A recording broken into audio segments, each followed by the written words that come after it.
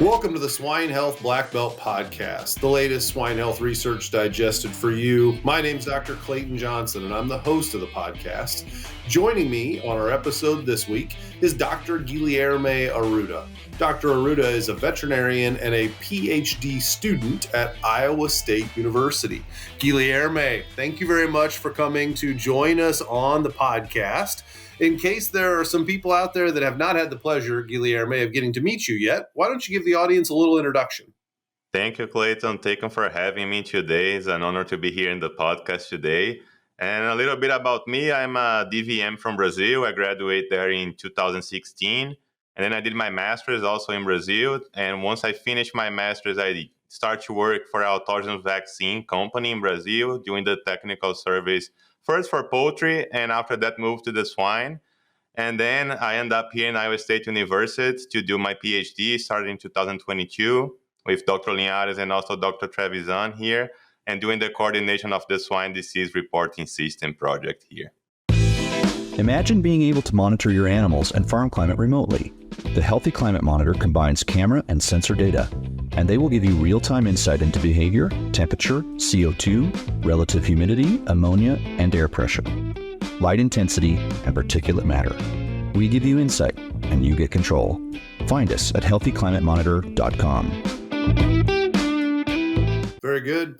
Well, and Guilherme, I've been close to the Swine Disease Reporting project for a long time now, and I know you inherited a project that was very well developed, but in talking to you before the podcast, you've been adding even more diseases into the SDRS program. Do you want to talk to us a little bit, maybe start out with just a description of SDRS, the Swine Disease Reporting System, maybe a hit for or a mention for your own podcast, because I know you guys put out some good information all the time. Talk to us a little bit about what that is, and then what diseases, Guilherme, did you want to add to the list of diseases that were already being monitored?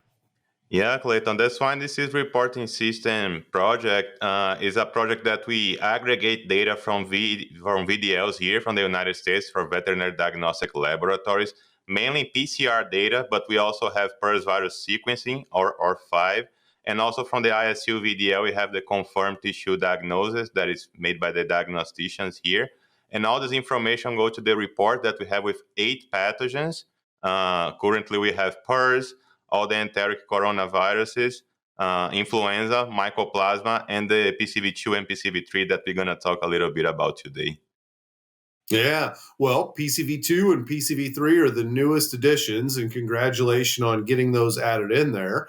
Not necessarily straightforward to interpret diagnostic results for any disease, but particularly with PCV. You've got an advisory board, Guilherme, that gives you feedback on how to interpret the data, how to summarize it, and ultimately how we should consume it. What was your advisory board's feedback about how to measure PCV2 and certainly how to interpret the data?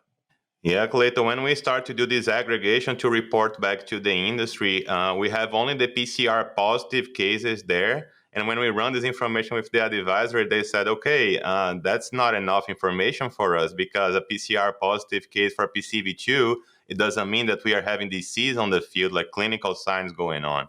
And then they challenge us like, hey, let's go a little bit deeper and try to find more information using other parameters that we have from the database.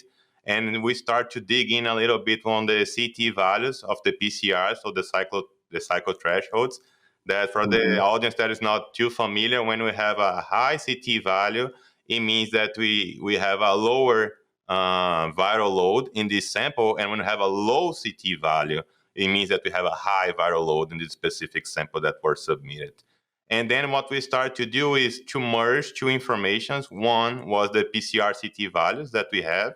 And here in the ISU VDL, we have the DX code database, that is the diagnostic codes that are made by the diagnosticians that once they evaluate tissue samples that are submitted to the VDL, they evaluate all the clinical information that they have from the story of the case, plus all the tests that were performed, PCR and also bacteriology or virology in this case. and also the histological lesions. And based on all this information, they assign a code that is like, okay, this disease was causing this specific lesion in this case. So when we merged this database, we had the PCR information, the CT values, and also the confirmed tissue diagnosis. And when we plugged to our statistical models, we could see which specific CT has a higher or lower accuracy to understand if we have this disease going on based on this confirmed tissue diagnosis database. And just to go straight to the results, of course, the CT value that we had that had the best accuracy in the model was 22.4, the CT value of the submission. And with that, we have over 80% of accuracy, and kind of translating that would be like in 5 cases, the model would get right in 4 of these cases, and 1 of them they would commit a mistake. So if the CT value was above that specific value, the chance of disease would be really rare, and below that would be higher to have this confirmed tissue diagnosis of PCV2. But as a reminder to our audience, this is an interpretative cutoff that we did using a model. It's not specifically correlated with the PCR itself, like with the kits. It's a statistical model that calculates that to give this information and kind of create this interpretative cutoff that we are using with this database. Did you sort your data, Guilherme, for the model by organ system that the PCR test was run on before, or did you look at different organ systems? Because we can find PCV in the lungs, we can find PCV in the lymph node, in the blood. How did you handle all the different organ systems that could potentially get tested? Yes, Clayton, we did that specifically with the reproductive cases, that they were a little bit different in terms of when we plugged the model.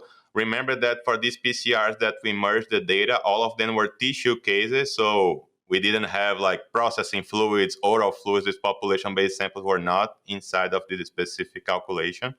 But for the organs, you were right, like they have different parameters for each of them.